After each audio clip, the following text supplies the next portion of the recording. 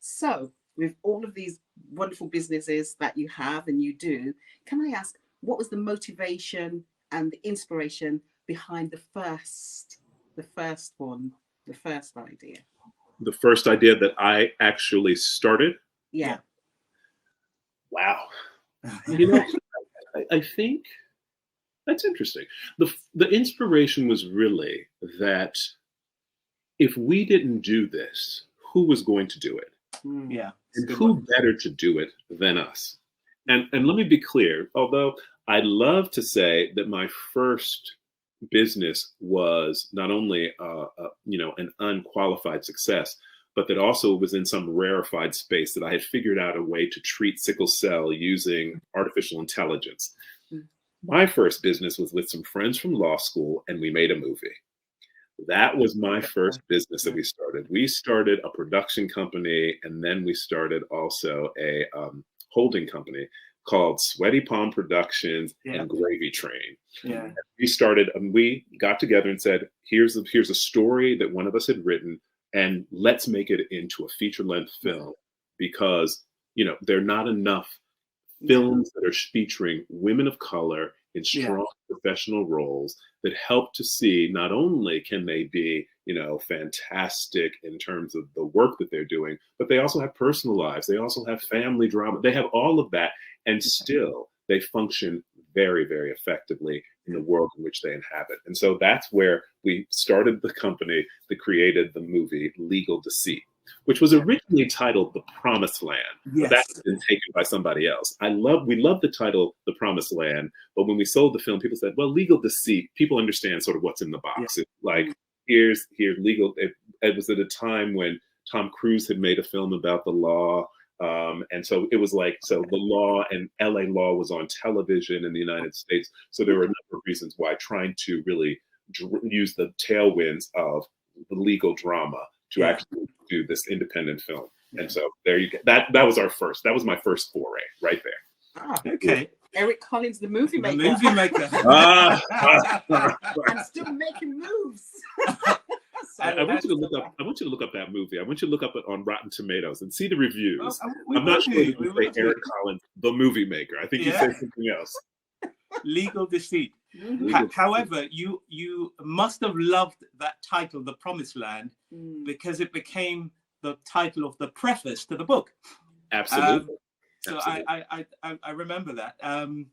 So along that journey, starting Gravy Train Productions, and what was the other title? Sweaty Palms. Sweaty Palms. What were some of the lessons on the journey? Some of the highlights, some of the pitfalls along that entrepreneurial journey of setting up those two production companies? The first lesson was that raising money by us was the way to go. That our people, there were pockets of capital that existed, and our people, when they understood what it is that we were trying to achieve, would put their capital behind that. And they give until not only it helped, but give until it hurt.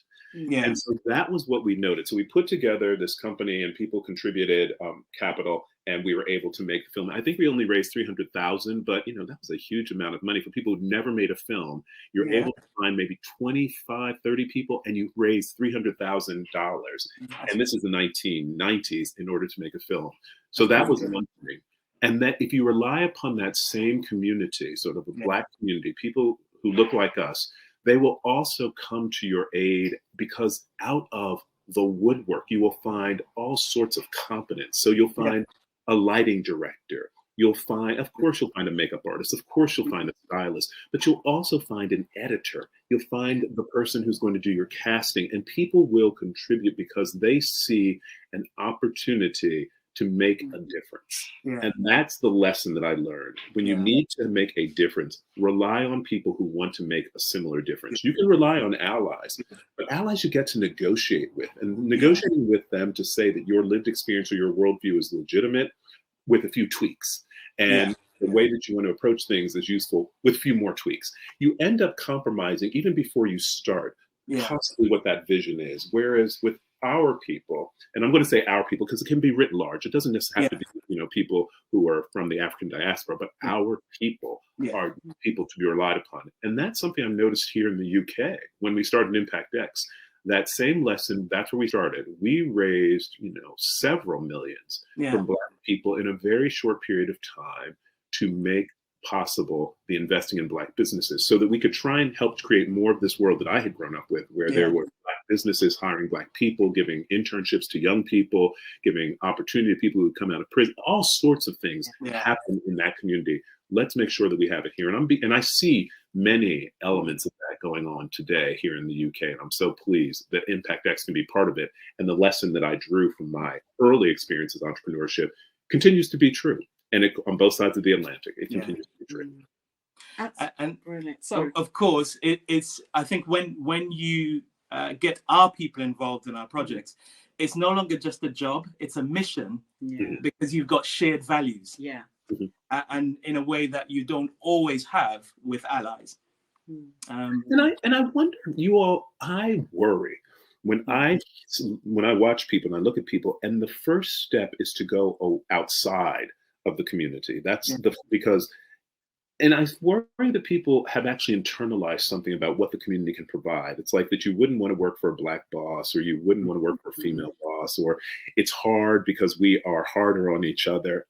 I just am always perplexed when I hear that sort of thing, and distressed. In fact, it's not just perplexed, but distressed that, you know, this idea somehow that being the only one is a good thing. Being, you know, reflection of that exceptionalism, not excellence, but exceptionalism. We the exception to the rule and want to be known as the exception to the rule. And whether that be done on an individual level or a group level, I want to be known as being African American, because we African Americans are different from, you know, UK, Caribbean, Black, you know, Caribbeans and Black Africans. We are just very different from the Nigerians and the Ugandans, and we're very different from the South Africans.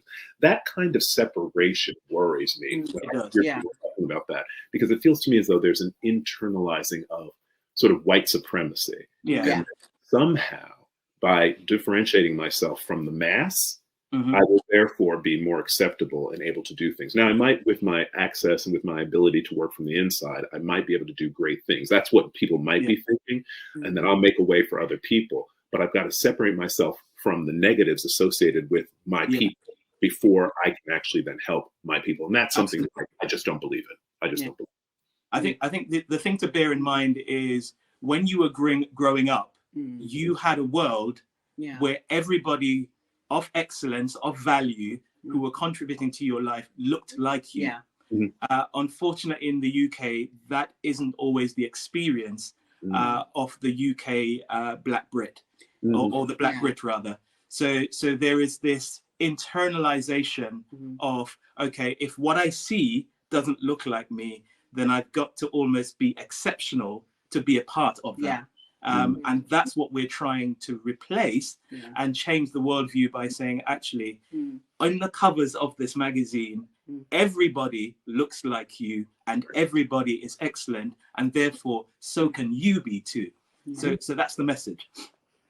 I so want, you know, it's so enervating, you know, takes away your energy to have to fight that fight, the fight of there are other people who can do it better and are better than me, just because of the outside wrapping. And I find it very, very challenging. That's what we fight against at Impact X all the time. We fight the powers that be, right? We fight white men who are investors around the world and have responsibility for capital, and who gets it and who doesn't. We fight that.